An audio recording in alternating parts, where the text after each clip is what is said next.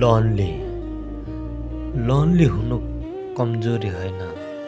कहिलेकाहीँ यो नै एउटा अवस्था हुन्छ जहाँ जीवनले हामीलाई आफैसँग बस्न सिकाउँछ।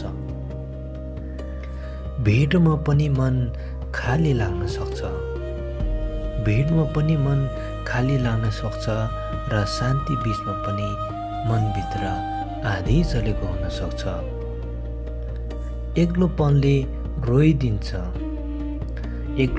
रोइदिन्छ, तर यही रोदनमा मन हल्का पनि हुन्छ।